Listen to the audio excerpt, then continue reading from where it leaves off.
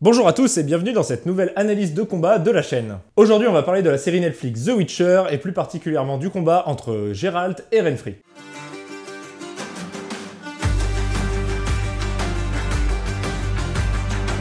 Contrairement à la dernière fois avec ma vidéo The King, je vais vraiment faire ressortir les points qui m'ont paru importants et essentiels à aborder, donc ce sera beaucoup plus préparé et on va pas analyser tout le combat parce que ça prendrait des plombes. Du coup je vais aborder 3 points et on va commencer par le plus gros.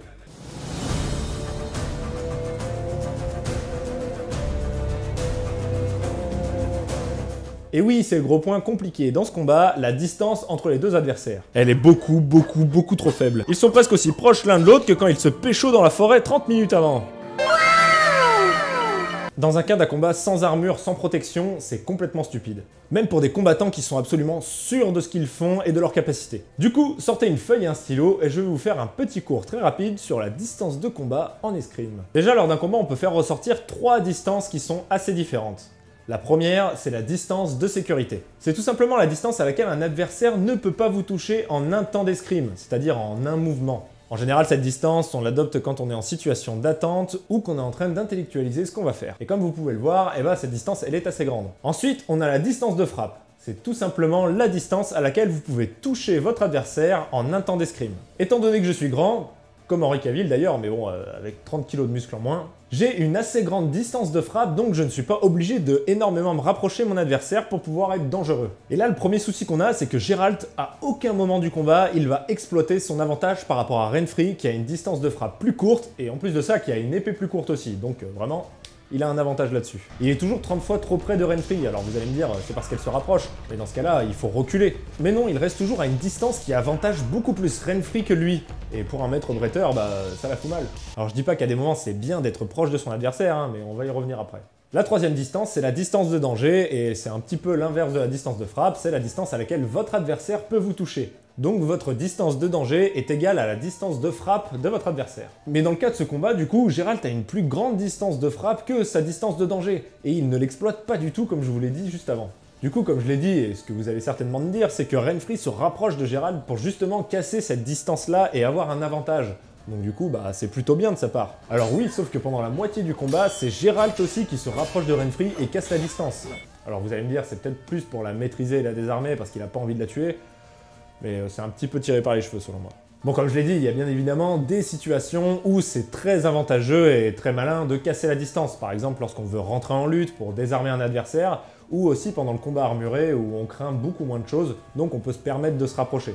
Après voilà, ce problème de distance de combat, c'est très récurrent dans les séries et les films avec des armes, donc voilà, fallait quand même en parler. Place au deuxième point.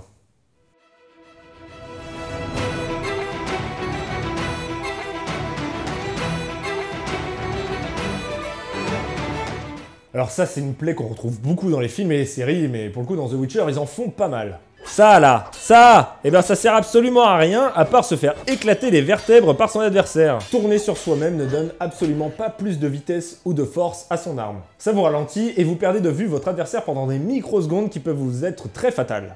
Et en plus, il y a de bien meilleures façons de donner de l'inertie à son arme que de perdre son temps à tourner autour de soi-même. Alors oui, je sais, on décrit Geralt comme un expert bretteur au style très félin, très brut et sauvage, mais non, je suis désolé, ça ne marche pas. Il tournerait à la vitesse de l'éclair, ok, je dirais rien, mais il tourne à la même vitesse que tout le monde, donc non, ça sert à rien. Ça sert à rien. Renfri a 50 fois l'occasion de lui mettre un coup quand il joue à faire la toupie, donc non, ça ne marche pas. Et enfin, le dernier point, c'est la parade du dos improbable.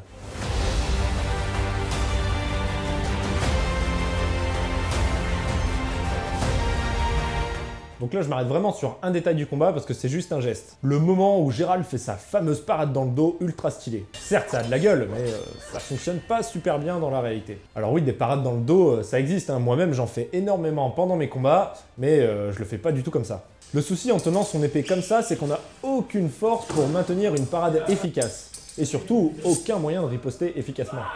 Là, ça va qu'ils prennent le temps de se regarder pour rajouter un peu de tension dramatique lors du combat, mais si Renfri aurait voulu enchaîner, Geralt, il était dans la merde. Les parades dans le dos, ça va plus ressembler à ça. Les mains en haut et l'épée qui regarde vers le bas. Pourquoi? Que grâce à cette parade, vous pouvez utiliser la force que votre adversaire a donnée à votre arme en tapant dessus pour lui renvoyer une attaque dans la tronche.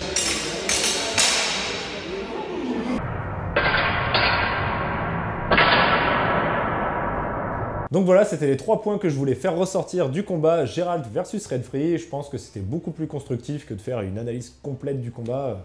Puis il y aurait eu beaucoup trop de choses à dire. J'espère que j'ai été assez clair, surtout sur la notion de distance de combat, parce que c'est quelque chose qui est quand même pas simple à expliquer. Donc voilà, j'espère qu'avec les petites illustrations, ça vous a aidé à comprendre. Bon, personnellement, après, quand j'ai regardé le combat la première fois, j'ai vraiment aimé. C'est super bien chorégraphié, c'est beau, c'est propre.